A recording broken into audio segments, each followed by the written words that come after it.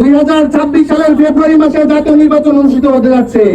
আমরা স্পষ্ট বলতে চাই, জনগণের আকাঙ্ক্ষা প্রত্যাশার আলোকে জুলাই সনদের ভিত্তিতে নির্বাচন অনুষ্ঠিত হতে হবে।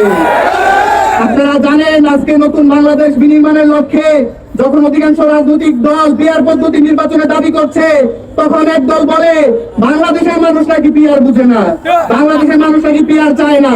আমরা স্পষ্ট ভাষায় বলতে চাই, বাংলাদেশের মানুষ যেভাবে ভারতের দালালি বুঝে, তেমনি পিআর পদ্ধতি নির্বাচন সম্পর্কে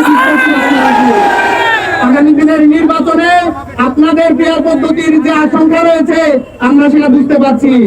আপনারা এই পিআর পদ্ধতি চান না, আপনারা আওয়ামী লীগ নিষিদ্ধ সেটাও চান নাই, কিন্তু এই জনগণ আপনাদের সিদ্ধান্তকে বৃদ্ধাঙ্গুলি দেখিয়ে আওয়ামী লীগকে নিষিদ্ধ করেছে। উপস্থিতি আমরা এই সরকারের প্রতি উদারতা আহ্বান রেখে বলতে চাই যে এই শহীদদের রক্তের বিনিময়ে আপনার সরকার গঠন করেছেন, সরকারি ক্ষমতায় বসেছেন, সেই শহীদদের হত্যার বিচার আমরা এখনো দেখতে পাচ্ছি না। আপনাদের প্রশাসন আজকে যথাযথভাবে ফাংশন করছে না, অথচ আমরা বিগত 15 বছর দেখেছি শুধুমাত্র বিরোধী দলকে দমন নিপীড়ন করার জন্য তৃণমূল অভিযানের নামে রাতের আধারে নিরীহ মানুষদেরকে নিয়ে এসে ক্রসফায়ার দেওয়া হয়েছে, তাদেরকে বোমা বিস্ফোরণের মামলা দিয়ে কারাগারে প্রেরণ করা হয়েছে। অথচ আজকে সেই প্রশাসনের নাগের টোকায় আজকে সেই ফ্যাসিস্ট আওয়ামী লীগ মিছিল করে রাজধানীতে বোমা ব্লাস্ট করে, কিন্তু প্রশাসন অন্ধের মতো ভূমিকা পালন করছে।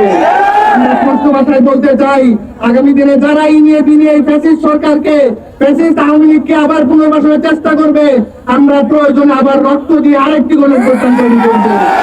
বসুন্ধরা টিস্যু অশুদ্ধতার বিরুদ্ধে এক বিন্দুও ছাড় নয়। বর্তমান সরকারকে পিআর পদ্ধতি ছাড়া কোন তাল বাহানার নির্বাচন বাংলাদেশের মানুষ মেনে নেবে না। সম্মানিত ভারত, জুলাই সনদ পরবর্তী সরকার যে বাস্তবায়ন করব, আপনারা কিসের জন্য বসেছেন? জুলাই রক্তের উপরে গাদ্দারি করবেন না। আপনার আগস্টের 5 তারিখের দিকে লক্ষ্য রেখে আপনারা ক্ষমতা চালান। জামাত ইসলামে আপনারা বসে থাকবো। বাংলাদেশ জামাত ইসলামী চায় এদেশের জনগণ, এদেশের খেটে খাওয়া মানুষ, এদেশের রিক্সাওয়ালা, এদেশের শ্রমিক, কৃষক, মজুরের ছেলেরা আগামীতে প্রধানমন্ত্রী হওয়ার স্বপ্ন দেখবে। আমরা পারিবারিক বন্ধনে এই রাজনৈতিক আবদ্ধ করে রাখতে চাই না। বেশিরভাগ মুক্ত রাষ্ট্র গঠন করতে চাই। এই রাষ্ট্র গঠন করার জন্য পিআর পদ্ধতি নির্বাচনের বিকল্প কোনো সুযোগ নেই। সরকারের কাছে আমরা দাবি জানাতে চাই, এই ছাত্র বিপ্লবের মধ্য দিয়ে অর্জিত এই স্বাধীনতাকে আজীবন টিকিয়ে রাখার জন্য পিআর পদ্ধতি নির্বাচনের ব্যবস্থা মেনে নিতে হবে। সরকার যদি এই ব্যবস্থা মেনে নিতে কোন বাধাগ্রস্ত করে, আমরা রাজপথে আন্দোলনের মাধ্যমে এই দাবি আদায় করে ছাড়ব ইনশাআল্লাহ।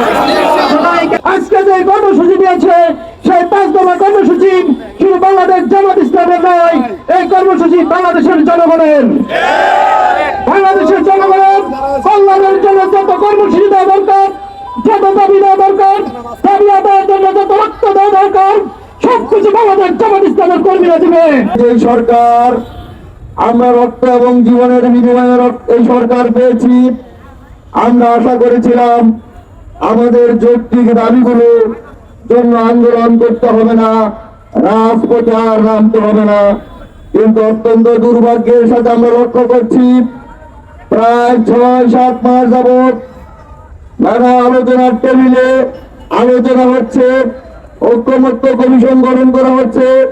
এইগুলো নিয়ে রাষ্ট্রের অর্থের অপচয় হচ্ছে, সময়ের অপচয় হচ্ছে। মৌলিক কিছু বিষয় ছাড়া অনেক বিষয়ে ঐক্যমত্য পোষণ করছে, কিন্তু কোন অদৃশ্য শক্তির কারণে এই মৌলিক বিষয়গুলিতে ঐক্যমত পোষণ করছে, এগুলি আইনের ভিত্তিতে রূপ দিচ্ছে না, তা আমরা জানতে পারছি।